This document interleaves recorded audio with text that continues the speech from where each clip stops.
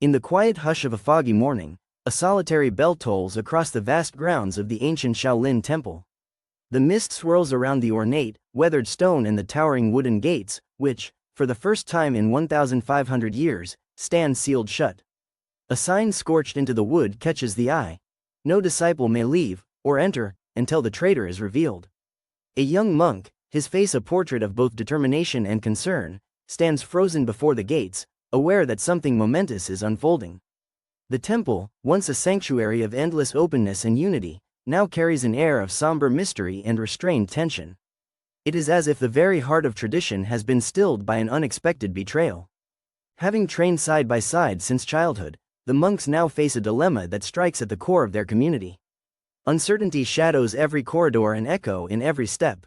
Today marks the beginning of a mystery that will test loyalty, reveal hidden truths, and forever alter the bonds that tie them together in the sacred halls of the temple. This fateful day promises revelations, heartaches, and the rekindling of ancient honor. A new era begins. At the break of dawn, the tranquil spirit of the temple was shattered by an unsettling discovery. The revered, iron sutra of the 108 strikes, a sacred scroll that had guided the monks for generations, was found missing from its honored sanctuary. The realization spread through the temple like wildfire as monks moved through dim corridors, their faces etched with deep concern and disbelief. Every familiar nook echoed stories of diligent practice and quiet devotion, but today, uncertainty replaced the usual calm.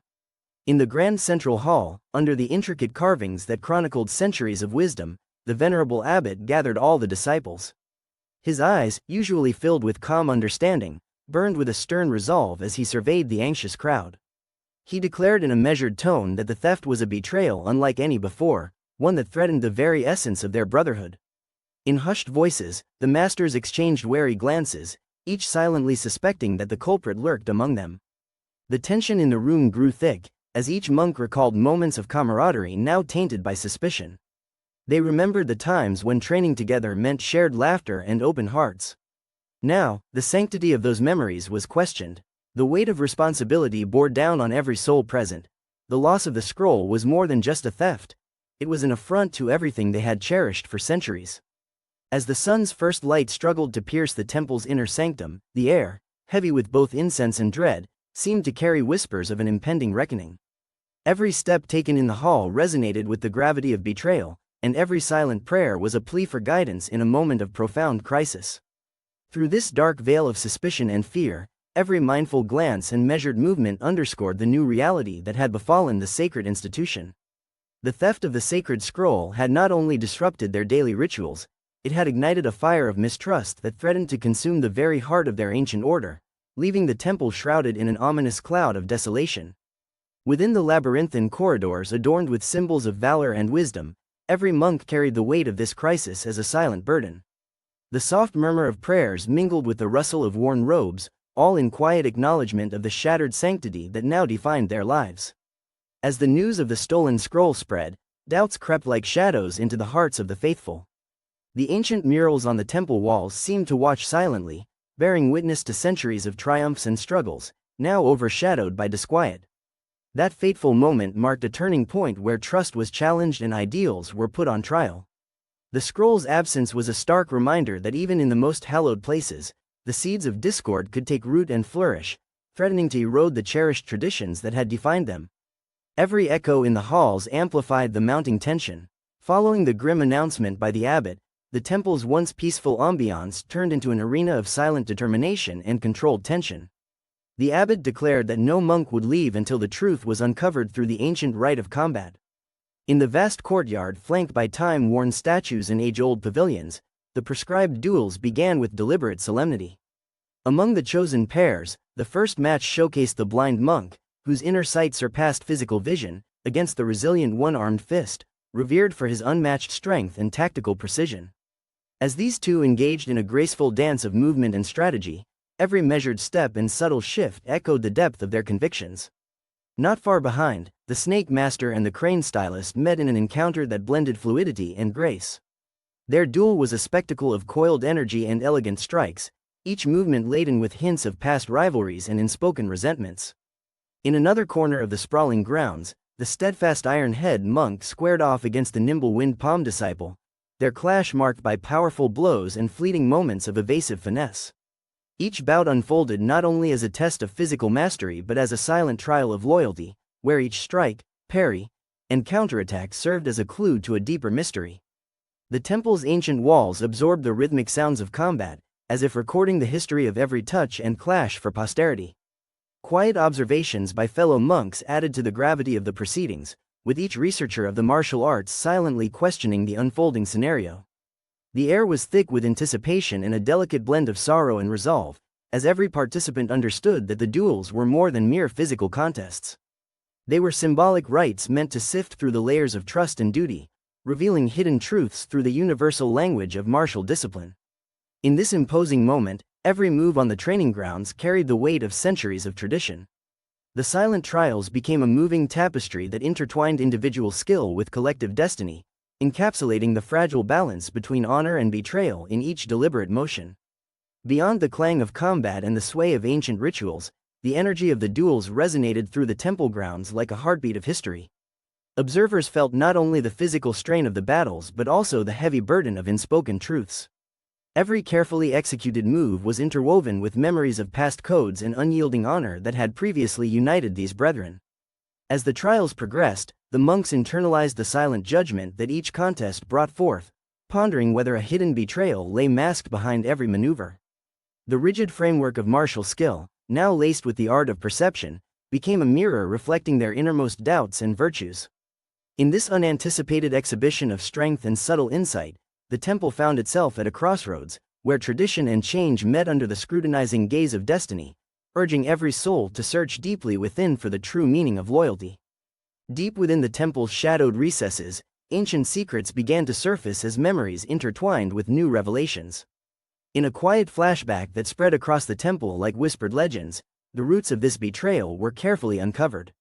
The narrative shifts to reveal that underneath the pious exterior lay ambitions and quiet greed, seeded long ago and nourished by years of silent envy.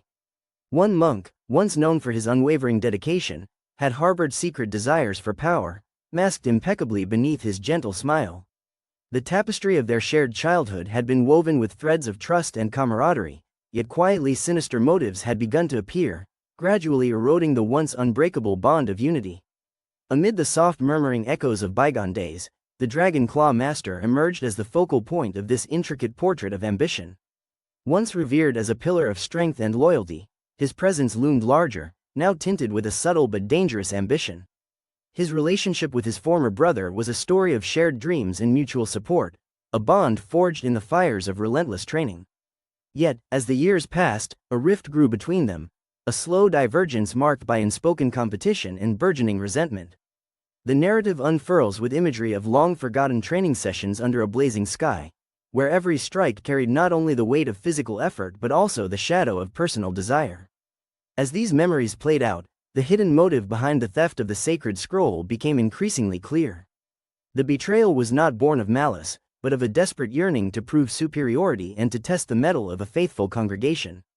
In the quiet solitude of the temple library, ancient manuscripts detailed similar episodes of internal strife, suggesting that the cycle of ambition and discord had been repeated time and again. This revelation stirred a mix of sorrow and understanding among those who witnessed these silent memories. Each dusty scroll and faded inscription spoke of past trials and the perennial challenge of remaining true to one's principles amidst temptation. The unfolding flashback painted a picture of a monk wrestling internally with his desire for power, his eyes reflecting both the brilliance of ambition and the shadow of inevitable conflict. Through subtle symbolic gestures and expressions, the temple's legacy revealed that sometimes, even the most hallowed halls could be infiltrated by the seed of doubt and ambition. The ancient structure itself contributed to the tale, its weathered stones a testament to both glory and decay. Every corner of the temple seemed to murmur stories of past betrayals and reconciliations, as if urging the present generation to learn from history. In this somber narrative, the flashback served as both a cautionary tale and a necessary unveiling of truths that were long hidden in the depths of tradition, binding the monks' fates together through a shared, painful journey towards understanding.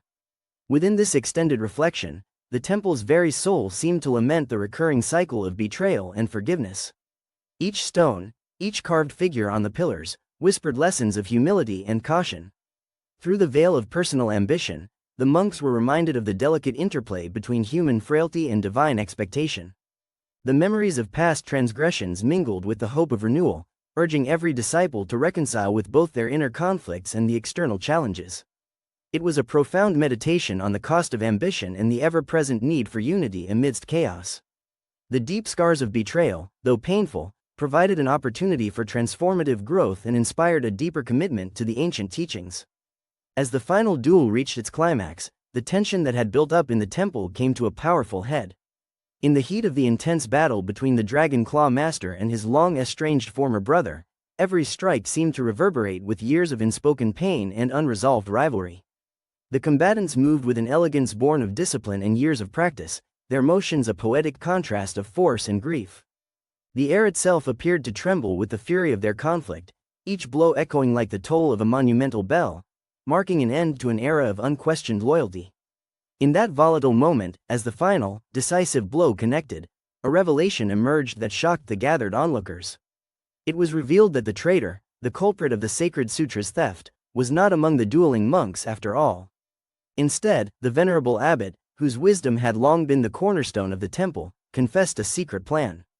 He had orchestrated the theft as a test, a crucible to measure the disciples' unwavering commitment and to push them into a deeper understanding of their own inner strength.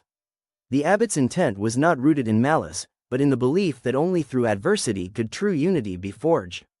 This confession rippled through the assembled crowd, igniting a spectrum of emotions from disbelief to reluctant admiration. Yet, amid the collective sigh of relief and the dawning understanding of a greater purpose, one monk's heart burned with an inextinguishable flame of wrath. Overwhelmed by the weight of betrayal and unable to find forgiveness, he stormed away from the assembly, his departure a stark symbol of the cost of strict adherence to honor. In the wake of the final duel, the temple itself seemed to exhale a deep, sorrowful breath, as if relieved of a long-held burden yet mourning the fractures it had sustained.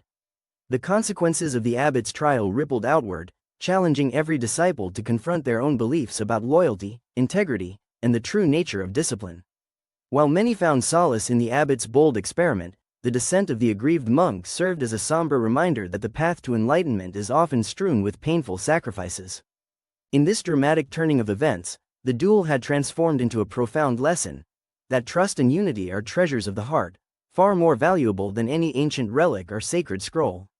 The temple now stood at the precipice of a new era, its future uncertain yet filled with the promise of redemption and renewed purpose. Every stone, every whispered prayer in that hallowed hall, bore witness to this defining moment, a moment where the old ways were questioned, and the seeds of a more compassionate future were sown. Beyond this tumultuous episode, the temple's lingering silence told its own story of transformation and hope. In the quiet hours that followed, the echoes of the duel resonated in every corner of the ancient halls, urging the disciples to reflect on the true meaning of their existence. The journey toward unity and understanding took on a renewed significance, as each monk realized that tests of loyalty, however painful, were stepping stones on the path to enlightenment. The abbot's unconventional trial, though controversial, had illuminated the depths of each heart, challenging them to rise above personal grievances and embrace a collective destiny. With every passing moment, the temple's atmosphere shifted ever so slightly, as if air was infused with the promise of healing and renewal. In that sacred space, the legacy of the conflict became a catalyst for introspection and hope. As the temple's ancient gates slowly creaked open once more, the peaceful light of dusk revealed a transformed sanctuary. The heavy burdens of suspicion and betrayal began to lift, replaced by the soft glow of acceptance and newfound purpose. Disciples emerged with a mix of relief and quiet determination to rebuild the bonds that had been strained by recent events. While some stepped forward to embrace the healing promise of the future, others lingered at the threshold, their eyes reflecting memories of hardship and the lessons of unyielding loyalty. The quiet clamor of footsteps and gentle murmurs of prayer filled the air, echoing the temple's silent vow to honor both tradition and personal growth. In that delicate balance between past and future, the opening of the gates symbolized not just an end, but a hopeful beginning to a chapter defined by unity, resilience, and a renewed commitment to ancient ideals.